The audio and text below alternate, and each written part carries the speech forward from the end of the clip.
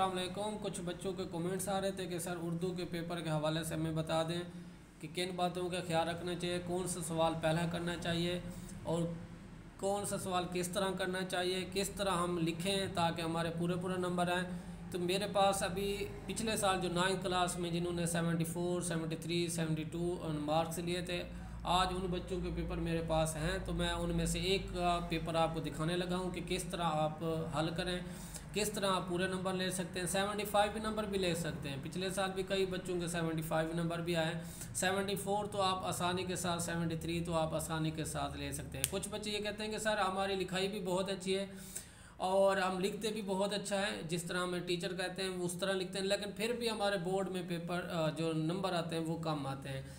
कुछ स्कूल वालों की यही बात होती है कि हमारे बच्चों का क्या मसला होता है कि लिखते भी ठीक है, लिखाई भी ठीक होती है, फिर भी वो 72, 73, 74 मार्क्स नहीं ले सकते। आपके जो बच्चे होते हैं, आपके स्कूलों के जो बच्चे होते हैं वो 70 से बहुत ज़्यादा ऊपर नंबर, यानी मेरी क्लास के अब रिसेंटली मैं आपको बताऊँ 45 में से 25 बच्चों के 74, 73, 72 नंबर आए थे। अब ये देखें कि मेरी एक क्लास के मैं आपको बता रहा हूँ। तो इस तरह आप भी अपने बच्चों के मार्क्स जो है, उर्दू सब्जेक्ट बहुत आसान समझा जाता है लेकिन इसमें नंबर कम आते हैं। फिर बाद में वालिदैन कहते हैं कि पोजीशन नहीं आई। पोजीशन जब भी डाउन होती है उर्दू सब्जेक्ट की वजह से होती है। Bio chemistry, physics, math, computer वगैरह, इनमें बच्चा कोशिश करके, थोड़ी सी कोशिश करके, बहुत ज़्यादा कोशिश करके भी पूरे नंबर ले सकता है और ज़्यादा फोकस भी आप उनकी तरफ कर रहे होते हैं। उर्दू सब्जेक्ट के तरफ कम ही तवज्जो दी जाती है वालिदैन की। वो कहते हैं कि ये तो आसान सब्जेक्ट है, ये तो इसकी कोई अहमियत नहीं है। भाई अहमियत है, 75 नंबर है 9th क्लास 10 क्लास में 75 नंबर, ऐसे तो उन्होंने नहीं दे दिया। इसके ऊपर भी आपको थोड़ी सी तवज्जो करना चाहिए। और बच्चों की आप देखें पेपर पैटर्न किस तरह है। अगर आपके बच्चों का पेपर पैटर्न है इसके मुताबिक, तो समझे आपके 73, 74 नंबर आसानी के साथ आ सकते हैं, बशर्ते वो पेपर पूरा हल करके आएँ। तो मैं आपको ये बताने लगा हूँ, ये बबल शीट जो होती है, बबल फिल करना, ये तो आपको बच्चों को 9th क्लास में पता है कि किस तरह हमने हल करना है। अब मैं बच्चों को ये बताने लगा हूँ कि पहला सवाल आपने कौन सा करना है। मैं जो अपने बच्चों को बताता हूँ हर साल, पिछले 10 साल से मैंने जो तरतीब दी हुई है बच्चों को, वो तरीक़ाकार यही है कि मैं कहता हूँ सवाल नंबर 4 लिखें, मुख्तसर जवाबात। ये होता है कि एक तो छोटा सा सवाल है, यानी 5 सवाल करने होते हैं, आप 6 कर रहे हैं। ये कम वक्त में ज़्यादा नंबर, यानी 10 नंबर इसके ईज़िली आप आसानी के साथ ले सकते हैं। आप बेटा दूसरा सवाल, तीसरा, कोई भी तरतीब के साथ पेपर लिखा हो, आपको पूरे नंबर मिल जाएंगे, बशर्ते नंबर वही दो जो सवाल आप हल करना चाहते हैं। यानी आप चौथा सवाल हल कर रहे हैं तो सवाल नंबर 4 ही लिखना है। अगर आप 5वां कर रहे हैं तो पहले आप 5वां करते हो तो पहले 5वें की है हेडिंग देनी। ये नहीं आप 5वां सवाल करो और हेडिंग आप पहले सवाल की दो, ये बिल्कुल गलत बात है। तो मैं अब आपको एक एक सवाल के बारे में बताता रहूँगा कि किस तरह कौन सा सवाल करना चाहिए, क्या क्या बच्चे गलती करते हैं और किन गलतियों का उनको ख्याल रखना चाहिए ताकि उनके पूरे नंबर आना चाहिए। देखिए ये मुख्तसर जवाबात लिखें। जहाँ पे बच्चे क्या लिखते हैं, मुख्तसर सवालात, वो नहीं लिखना। आप सवालात तो नहीं लिख रहे, आप तो जवाबात लिख रहे हो, तो आपको मुख्तसर जवाबात लिखना चाहिए। मुख्तसर सवालात के जवाबात या सवालात के मुख्तसर जवाबात, ये भी बच्चे लिख रहे होते, तो मैं उनको यही कहता हूँ कि बेटा बेहतर ये है कि मुख्तसर जवाबात लिखें, क्योंकि आपने जवाब लिखने होते हैं, आपने सवाल नहीं लिखने होते हैं। हाँ, अब है सवाल कौन सा लिखना चाहिए। 8 सवाल होते हैं, 8 में से आप पहला सवाल कौन सा भी करना चाहते हो, जौन सा भी करना चाहते हो, आपने क्या करना है, नंबर वही देना है। जैसे इसने दूसरा सवाल लिखा कि मुस्लिम लीग कब और किसने उसकी बुनियाद रखी, तो इसने हेडिंग बनाई। हेडिंग बनाने के बाद इसके बाद अलामत दे सकते हैं आप, रेशो की, राब्ते की जो अलामत होती वो आपने अलामत देनी है। उसके आगे से लिखना शुरू कर दें या आप इस तरह भी लिखना शुरू कर दें, फिर भी आपको वो पूरा आपको नंबर देगा। ये देखिए हर सवाल की हेडिंग बनानी है। सवाल नंबर 4 में आपने क्या करना है, हर सवाल की हेडिंग बनानी है। मक्ता और मक्ता, रदीफ, काफिया, इस्तारा, तशबीह, इनमें से लाजमी 2 नंबर बल्कि 4 नंबर का क्वेश्चन इस दफ़ा आएंगे। तो ये हर साल बच्चे छोड़ जाते थे, टीचर हजरात ये सवाल नहीं कराते थे, वो कहते थे कोई बात नहीं, इनकी ये इतना ज़्यादा इम्पोर्टेंट नहीं है। नहीं, इस दफ़ा आपने लाजमी कराना है। 2023 में ये लाजमी देखेगा, दो नंबर नहीं 4 नंबर के ये सवाल आएंगे, ये आपने लाजमी करना है। तो सवाल को हल करने के बाद ये छोटी सी लाइन लगानी है, एंड वाली लाइन। जब आपने मुकम्मल हल करने के एक बड़ी सी लाइन लगानी है। ये देखने आपके पास मार्कर होना चाहिए, ब्लैक और ब्लू होना चाहिए। एक हेडिंग आप ब्लैक से दें, एक ब्लू से दें। आपके पास जेल लनर होना चाहिए या पेन दो होने चाहिए, दो होने चाहिए। एक ब्लू इंक वाला होना चाहिए, एक ब्लैक इंक वाला होना चाहिए। जैसे इसने लिखा, ये देखें ये ब्लैक से ब्लू से लिखा हुआ है, ये देखें ये ब्लैक से लिखा हुआ है। तो आप पेपर के अंदर इस तरह ब्लैक ब्लू का इस्तेमाल कर सकते हैं। कम से कम एक सफ़े पे कम से कम 5-6 लफ्ज़ आप ब्लैक से लिखें। इससे पेपर चेक करने वाले को महसूस होता है कि ये बहुत अच्छा बच्चा है, टैलेंटेड बच्चा है, और उसके नंबर नहीं काटने चाहिए। पेपर खुला खुला करके लिखना चाहिए। एक लफ्ज़ को दूसरे लफ्ज़ के साथ आप बिल्कुल ना लिखें। एक लफ्ज़ दूसरे लफ्ज़ के साथ जैसे मिला के लिखते हैं, एक लफ्ज़ दूसरे के ऊपर लिखा होता है, ये हरकत नहीं करना। इतना खुला करके लिखें कि एक लफ्ज़ दूसरे लफ्ज़ के अलग अलग महसूस ही हो और नज़र भी आ रहा हो।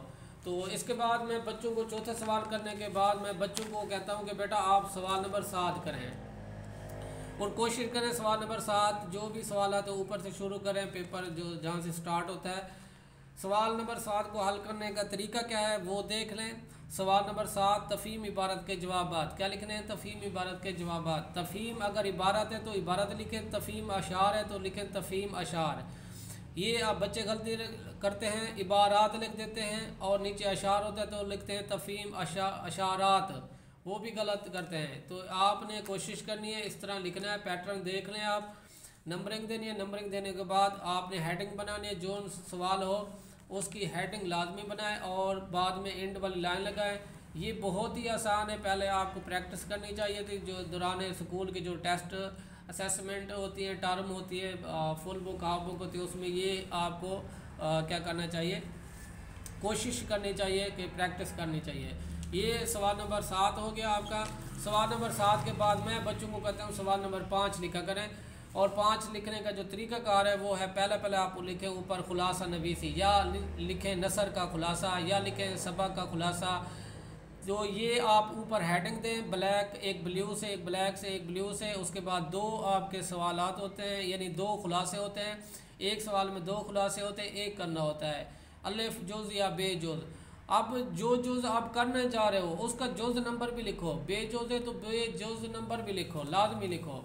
उसके बाद आप इसमें 2 चीज़ें तो ये मास्ट हैं, सबक उन्वान और मुसन्निफ़ का नाम, ये तो लाजमी है। सिन्फ़ और माखज़ आप लिखना चाहते हैं वो लिखें, नहीं लिखना चाहते ना लिखें, उसके कोई नंबर नहीं।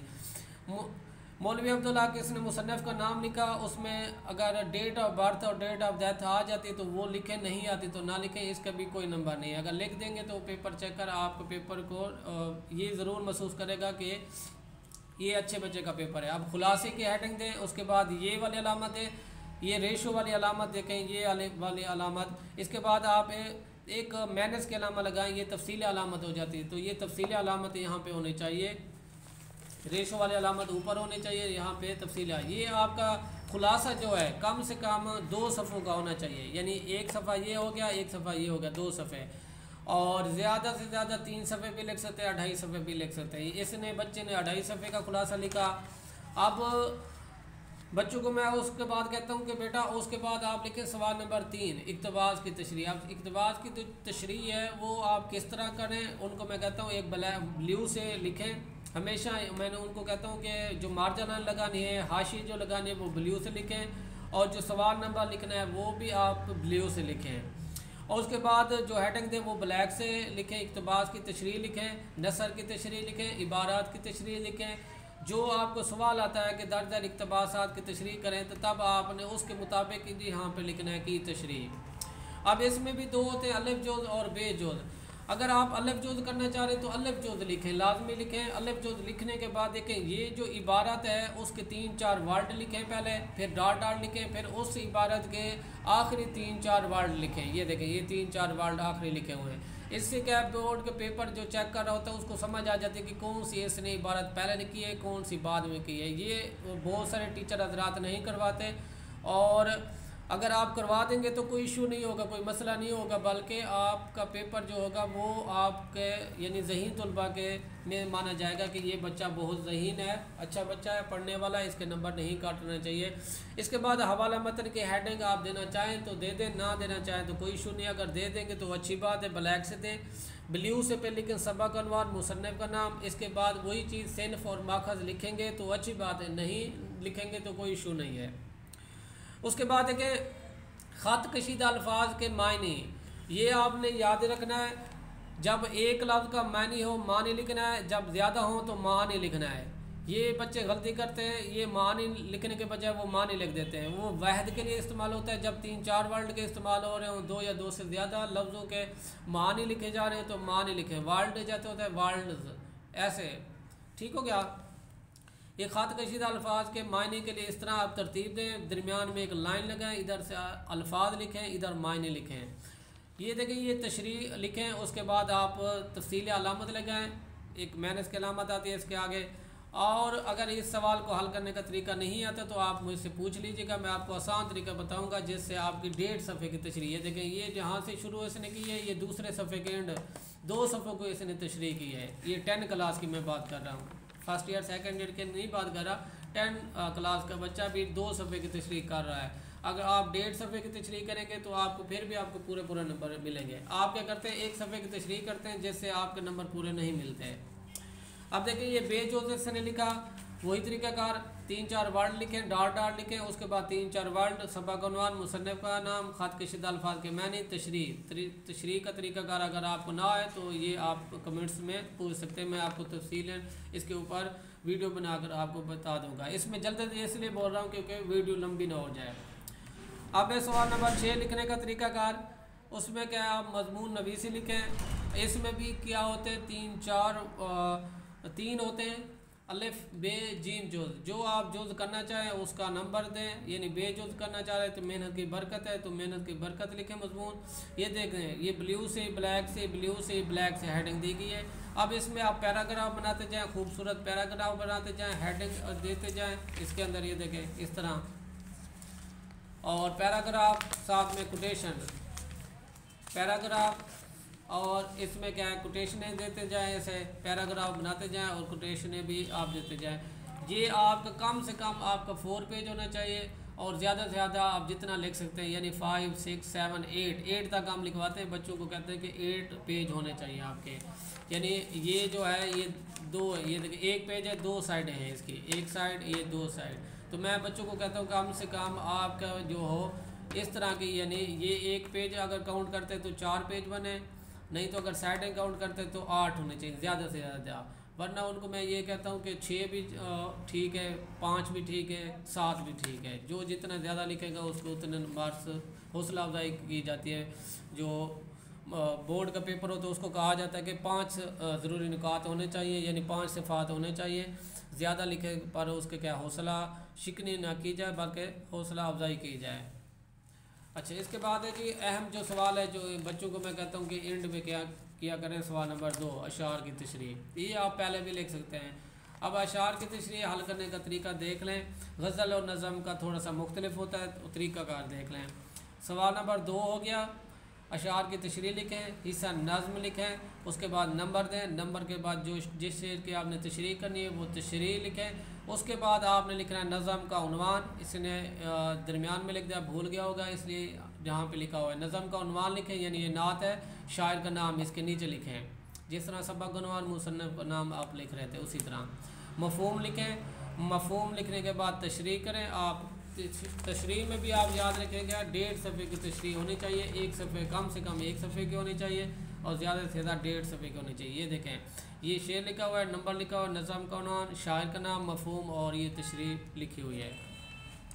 अब आते हैं जी गज़ल की तशरीह करनी है, तो गज़ल की तशरीह करने का क्या तरीक़ाकार है उसका मैं तरीक़ाकार बताने लगा हूँ। ये देखें, नंबर दें, हिस्सा पहले तो आप लिखें हिस्सा गज़ल, हिस्सा गज़ल के बाद आप नंबर दें, उसके बाद शेर लिखें, शेर लिखने के बाद आप लिखें सिन्फ़ सुख़न, या ऊपर हवाला कलाम भी लिख सकते हैं।